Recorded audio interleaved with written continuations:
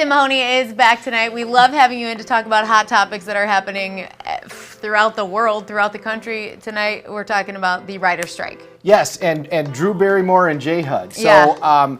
Drew Barrymore and Jay Hudson have decided to go ahead with their show. And it's really, really interesting they're doing that. And I know you and I were talking for a second before we got on air. So firstly, the two of them, by doing their show, are technically not in violation of the strike. Even though they're both members of SAG, that them by doing their show alone is not a violation.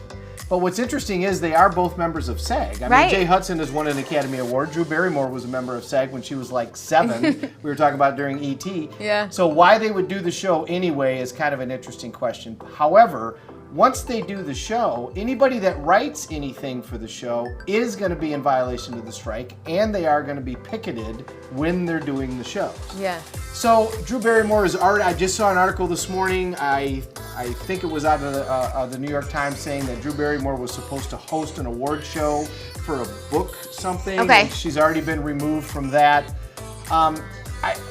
You know, the entire Screen Actors Guild and the Writers Guild, you're talking about 11,000 people. That's how many people make up this entire union.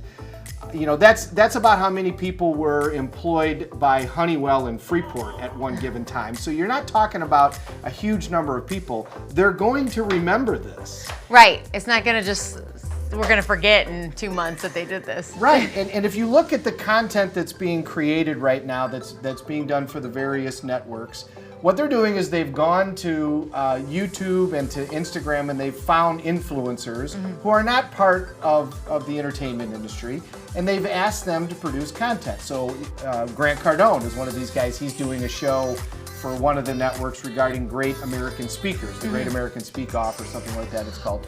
Well, he's not interested in ever being in any movies. Now, he did do a television show. He did the one where you're a billionaire and they leave you with, or a millionaire and they leave you with nothing and you got to start your own. Okay. Yeah. So he did that, but he doesn't care, you know. So that's a good one to have produce content, and he's done. So so that's the type of people that they're getting to do this. But at the end of the day, are they violating something by doing this? No, but anybody that writes for them is going to, and you're going to go on a list, and you're not going to get hired anymore. And what I wonder is what's going to happen to Drew and Jay Hudson after this, because it's going to get resolved. At some point, it's going to get resolved. Are they going to end up on a list where they're not going to do anything anymore? Where, you know, we're not going to see Jay Hudson in a movie anymore because nobody's going to touch her after something along these lines. Like, you know, we haven't seen Kevin Spacey in 3 years or 4 years, and it doesn't seem like we're gonna. And strikes are happening around the country. I mean, I think it's tomorrow, the 14th, that the auto workers may well go on strike, which could hinder a lot of things. It could hinder the plant here in Belvedere, obviously. So I'm really, really surprised when I saw the article that these two were deciding to go ahead with their show, whether or not their show was on the bubble, whether or not they're having issues. I was just really surprised that they decided to go ahead. And I'm really interested to hear an interview especially with Drew, as to why she decided to go forward and do this. And it's pretty interesting too, because without writers, it's like what they're saying, that they're doing these shows without writers. Okay, so they're just gonna stand in front of the camera and just talk for 30 minutes by themselves, because it's not that easy. Right, and somebody's gonna write something for them. Yeah. Well, and even if they write, right? If she writes, then is she in violation? Right. I'm guessing the people who are on strike are going to take the opinion, yes, you are in violation if you write something. So what are you going to do? You're just going to ad-lib everything for the entire 30 minutes? It's not going to go well. You and I have been on camera for 7-8 minutes. It's not that, you know, I've done improv like this much. If you do 5 minutes, that's a long time. So you're going to come out. You can see why, like you know, when people do radio, they prepare all kinds of material just so that they've got backups, so that they don't have dead air. You know, listen to Howard Stern talk about how much time he puts in preparing for his 1 or 2 or 3 hour segment. So for Drew to come in and say, okay, well, we're not going to use any writers, we're just going to bring the world together. Okay, that's great.